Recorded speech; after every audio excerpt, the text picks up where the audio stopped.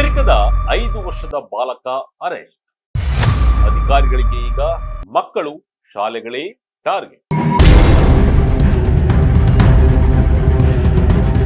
ನರ್ಸರಿಯಲ್ಲಿ ಈಗಷ್ಟೇ ಎಬಿಸಿಡಿ ಕಲಿಯುತ್ತಿರುವ 5 ವರ್ಷ ವಯಸ್ಸಿನ ಪುಟ್ಟ ಹುಡುಗನನ್ನ ಅಮೆರಿಕದ ಅಧಿಕಾರಿಗಳು ಅರೆಸ್ಟ್ ಮಾಡಿದ್ದಾರೆ. ಆತನನ್ನೇ ದಾಳವಾಗಿ ಬಳಸಿಕೊಂಡು ಅಧಿಕಾರಿಗಳು ಅವರ ಅಪ್ಪನನ್ನ ಟ್ರ್ಯಾಪ್ ಮಾಡಿ ಬಂಧಿಸಿದ್ದಾರೆ. ಅಮೆರಿಕದ ಮಿನ್ನೆಸೋಟಾ ರಾಜ್ಯದ ಕೊಲಂಬಿಯಾ ಹೈಟ್ಸ್ ನಲ್ಲಿ ಇಂತಹ ವಿಚಿತ್ರ ಘಟನೆ ನಡೆದಿದೆ. ನೋಡೋಕೆ ಯಾವುದೇ ಸಾಮಾನ್ಯ ಊರಿನಂತೆ ಕಾಣುವ ಈ ಪ್ರದೇಶ ಕಳೆದ ಕೆಲವು ವಾರಗಳಿಂದ ಒಂದು ವಿಚಿತ್ರ ಭಯದಲ್ಲಿ ಮುಳುಗಿದೆ. ಇಲ್ಲಿನ ಶಾಲೆಗಳಿಗೆ ಮಕ್ಕಳು ಬರಲು ಹೆದರುತ್ತಿದ್ದಾರೆ. ಪೋಷಕರು ತಮ್ಮ ಮಕ್ಕಳನ್ನ ಮನೆಯಿಂದ ಹೊರಗೆ ಕಳಿಸಲು ಆತಂಕ ಪಡುತ್ತಿದ್ದಾರೆ. ಇದಕ್ಕೆ ಕಾರಣ ಫೆಡರಲ್ ಏಜೆಂಟ್ಗಳ ಹಠಾತ್ ದಾಳಿ ಮತ್ತು ಮಕ್ಕಳ ಬಂಧನ. ಇತ್ತೀಚೆಗೆ ನಡೆದಿರುವ ಈ ಘಟನೆಯು ಇಡೀ ಜಗತ್ತಿನ ಗಮನ ಸೆಳೆದಿದೆ. ಕೇವಲ 5 ವರ್ಷದ ಲಿಯಾಮ್ ಕೊನೆಜೋ ರಾಮೋಸ್ ಎಂಬ ಬಾಲಕನನ್ನ ಅವನ ಶಾಲೆಯಿಂದ ಮನೆಗೆ ಬಂದ ತಕ್ಷಣ ಆತನ ತಂದೆಯ ಜೊತೆ ಫೆಡರಲ್ ಏಜೆಂಟ್ಗಳು ಬಂಧಿಸಿ ಟೆಕ್ಸಸ್ನ ಬಂಧನ ಕೇಂದ್ರಕ್ಕೆ ಕರೆದೊಯ್ದಿದ್ದಾರೆ. ಇದೇ ಪ್ರದೇಶದಲ್ಲಿ ಇಲ್ಲಿಯವರೆಗೂ 4 ವಿದ್ಯಾರ್ಥಿಗಳನ್ನ ಬಂಧಿಸಲಾಗಿದೆ. ಅಷ್ಟಕ್ಕೂ ಅಲ್ಲಿ ನಡೀತಿರೋದು ಏನು? ಯಾಕೆ ಅಧಿಕಾರಿಗಳು ಶಾಲಾ ಮಕ್ಕಳನ್ನ ಟಾರ್ಗೆಟ್ ಮಾಡ್ತಿದ್ದಾರೆ? ಅವರನ್ನ ಅರೆಸ್ಟ್ ಮಾಡಿದ ನಂತರ ಏನಾಗ್ತಾ ಇದೆ? ಈ ಎಲ್ಲದರ ಬಗ್ಗೆ ವಿವರ ಈ ವಿಡಿಯೋದಲ್ಲಿದೆ. ಇದು Vijaya Karnataka international YouTube channel. ನಾನು ನಿಮ್ಮ ಶಂಕರ್ನ ಕೆತ್ತು. ಶಾಲೆಯಿಂದ ಮನೆಗೆ ಬರುವಾಗ ಟ್ರ್ಯಾಪ್, ಮಗುವನ್ನ ಮುಂದಕ್ಕೆ ಬಿಟ್ಟು ಅಪ್ಪನ ಅರೆಸ್ಟ್. ಕೊಲಂಬಿಯಾ ಹೈಟ್ಸ್ ನ ಶಾಲೆಯ ಅಧಿಕಾರಿಗಳು ಮತ್ತು ಕುಟುಂಬದ ವಕೀಲರ ಪ್ರಕಾರ 5 ವರ್ಷದ ಪುಟಾಣಿ ಲಿಯಾಮ್ ತನ್ನ ತಂದೆಯೊಂದಿಗೆ ಕಾರಿನಲ್ಲಿ ಮನೆಗೆ ಬಂದಾಗ ಈ ಘಟನೆ ನಡೆದಿದೆ. ಡ್ರೈವ್ ವೇನಲ್ಲಿ ನಿಂತಿದ್ದ ಕಾರಿನಿಂದಲೇ ಫೆಡರಲ್ ಏಜೆಂಟ್ಗಳು ಲಿಯಾಮ್ ಮತ್ತು ಅವನ ತಂದೆ ಆಡ್ರಿಯನ್ ಕೊನೆಜೋ ಆರಿಯಸ್ ಅವರನ್ನ ವಶಕ್ಕೆ ಪಡೆದರು.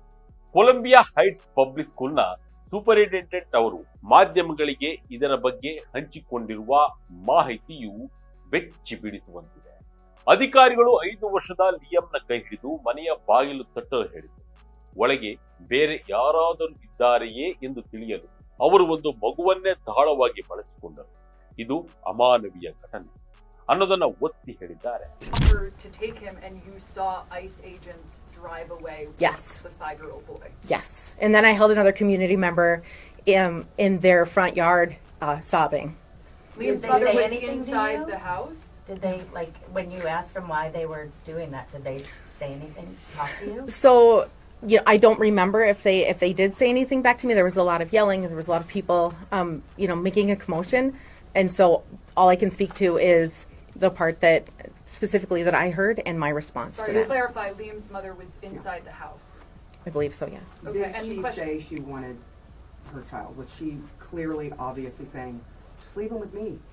Again, I was not at that door when that was, as they were putting him in the vehicle and leaving.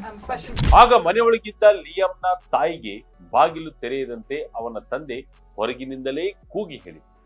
ಆದರೆ ಆ ತಾಯಿಯ ಕಣ್ಣೆದುರೇ ಮಗು ಮತ್ತು ಪತಿಯನ್ನ ಏಜೆಂಟ್ಗಳು ಎಳೆದೊಯ್ದರು. ಈ ಘಟನೆಗೆ ಸರ್ಕಾರದ ಪ್ರತಿಕ್ರಿಯೆ ಸಂಪೂರ್ಣ ಭಿನ್ನವಾಗಿದೆ. ಡಿಪಾರ್ಟ್ಮೆಂಟ್ ಆಫ್ ಹೋಮ್ಲ್ಯಾಂಡ್ ಸೆಕ್ಯೂರಿಟಿಯ ವಕ್ತಾರೆ ಟ್ರಿಷಿಯಾ ಮೆಕ್ಲಾಫಿನ್ ಪ್ರಕಾರ ಐಸಿಇ ಮಕ್ಕಳನ್ನ ಗುರಿಯಾಗಿಸಿಕೊಂಡಿಲ್ಲ. ನಮ್ಮ ಗುರಿ ಲಿಯಾಮ್ನ ತಂದೆ ಆಂಡ್ರಿಯನ್ ರವರು. ಈಕ್ವೆಡಾರ್ನ ಪ್ರಜೆಯಾಗಿದ್ದು ಅಕ್ರಮವಾಗಿ ಅಮೆರಿಕದಲ್ಲಿದ್ದರು.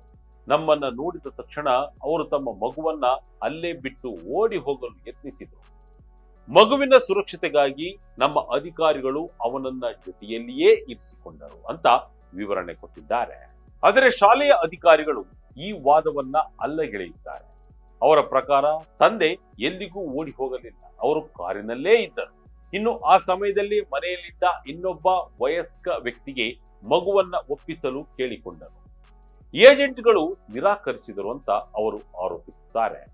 ಸರ್ಕಾರದ ಹೇಳಿಕೆ ಪ್ರಕಾರ ಮಗುವನ್ನ ತನ್ನೊಂದಿಗೆ ಕರೆದೊಯ್ಯಲು ತಂದೆಯೇ ಆಯ್ಕೆ ಮಾಡಿಕೊಂಡರು ಎನ್ನಲಾಗಿದೆ. ಆದರೆ ಇಲ್ಲಿ ಯಾವುದು ಸತ್ಯ, ಯಾವುದು ಸುಳ್ಳು? ಯಾರೇ ಕೇಳಿಕೊಂಡ್ರು ಬಿಡಲಿಲ್ಲ ಆಫೀಸರ್. ತೀರಾ ಕೆಟ್ಟ ಸ್ಥಿತಿಯಲ್ಲಿದೆ ಈ ಬಂದಿಖಾನೆ. ಈ ಘಟನೆಯನ್ನ ನೇರವಾಗಿ ನೋಡಿರುವ ಹಲವು ಪ್ರತ್ಯಕ್ಷದರ್ಶಿಗಳಿದ್ದಾರೆ. ಶಾಲಾ ಮಂಡಳಿಯ ಅಧ್ಯಕ್ಷೆ ಮೇರಿ ಗ್ರ್ಯಾಂಡ್ ಲ್ಯಾಂಡ್ ರವರು ಸ್ಥಳದಲ್ಲಿದ್ದರು.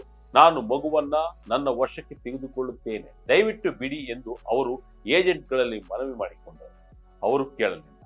ಆ ಪ್ರದೇಶದ ಸಿಟಿ ಕೌನ್ಸಿಲ್ ಸದಸ್ಯೆ ರೇಚಲ್ ಜೇಮ್ಸ್ ಹೇಳುವ ಪ್ರಕಾರ ಎದುರು ಮನೆಯ ನೆರೆಹೊರೆಯವರು ಬಂದು ಮಗುವಿನ ಪೋಷಕರು ನಮಗೆ ಅಧಿಕಾರ ಪತ್ರ ನೀಡಿದ್ದಾರೆ, ನಾವು ಮಗುವನ್ನ ನೋಡಿಕೊಳ್ಳುತ್ತೇವೆ ಎಂದು ಕೇಳಿದರೂ ಏಜೆಂಟ್ಗಳು ಅವರನ್ನ ಕಡೆಗಣಿಸಿದರು. ಹೀಗೆ ಸಮುದಾಯದ ಹಲವರು ಮುಂದೆ ಬಂದು ಮಗುವನ್ನ ರಕ್ಷಿಸಲು ಪ್ರಯತ್ನಿಸಿದರೂ ಆ 5 ವರ್ಷದ ಮಗುವನ್ನ ಟೆಕ್ಸಾಸ್ನಲ್ಲಿರುವ ಬಂಧನ ಕೇಂದ್ರಕ್ಕೆ ಕಳುಹಿಸಲಾಯಿತು. ಕುಟುಂಬದ ವಕೀಲ ಮಾರ್ಕ್ ಪ್ರೊಕೋಶ್ ಈ ಘಟನೆಯನ್ನ ಕಾನೂನು ಬಾಹಿರ ಅಂತ ಕರೆದಿದ್ದಾರೆ. ಲಿಯಂ ಮತ್ತು ಆತನ ತಂದೆ ಈಗ ಎಲ್ಲಿದ್ದಾರೆ ಎಂಬ ಬಗ್ಗೆ ನಮಗೆ ನೇರ ಸಂಪರ್ಕವಿಲ್ಲ ಎಂದು ಅವರು ಹೇಳ್ತಾರೆ. ಈ ಕುಟುಂಬವು 2024ರಲ್ಲಿ ಅಮೆರಿಕಕ್ಕೆ ಬಂದಿದ್ದು ಅವರ ಆಶ್ರಯ ಕೋರಿ ಪ್ರಕರಣ ಇನ್ನು ಚಾಲ್ತಿಯಲ್ಲಿದೆ. ಅವರನ್ನ ದೇಶದಿಂದ ಹೊರಹಾಕುವ ಯಾವುದೇ ಆದೇಶವಿರಲಿಲ್ಲ.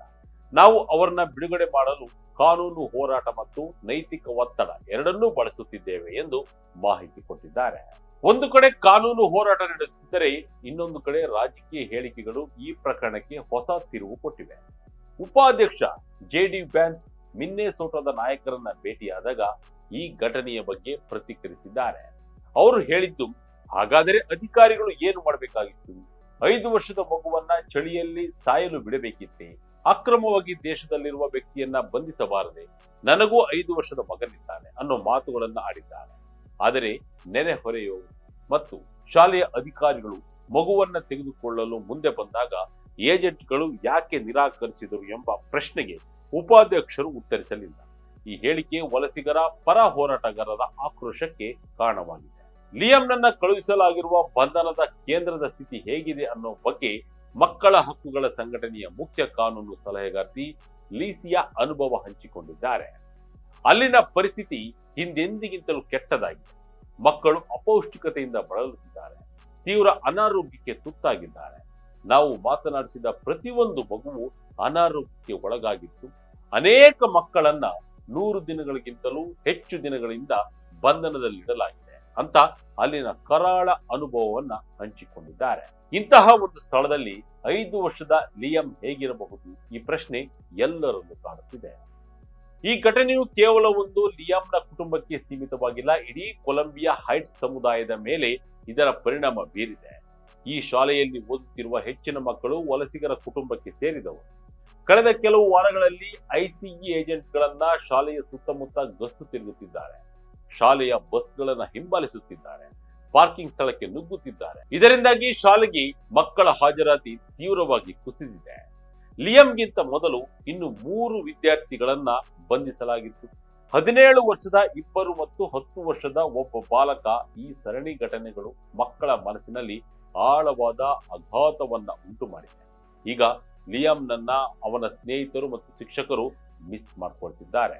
ಒಂದು ಕಡೆ ರಾಷ್ಟ್ರೀಯ ಭದ್ರತೆ ಮತ್ತು ಕಾನೂನು ಜಾರಿಯ ಪ್ರಶ್ನೆ, ಇನ್ನೊಂದು ಕಡೆ ಒಂದು ಮಗುವಿನ ಬಾಲ್ಯ ಸುರಕ್ಷತೆ ಮತ್ತು ಮಾನವೀಯತೆಯ ಪ್ರಶ್ನೆ. ಅಮೆರಿಕದಂತಹ ದೊಡ್ಡ ಪ್ರಜಾಪ್ರಭುತ್ವ ರಾಷ್ಟ್ರದಲ್ಲಿ 5 ವರ್ಷದ ಮಗುವನ್ನ ಬಂಧಿಸುವುದು ಎಷ್ಟರ ಮಟ್ಟಿಗೆ ಸರಿ? ಲಿಯಂ ಮತ್ತು ತನ್ನ ಶಾಲೆಗೆ ವಾಪಸ್ ಆಗ್ತಾನ? ಹೆತ್ತವರ ತೋಳುಗಳನ್ನ ಸೇರ್ತಾನ?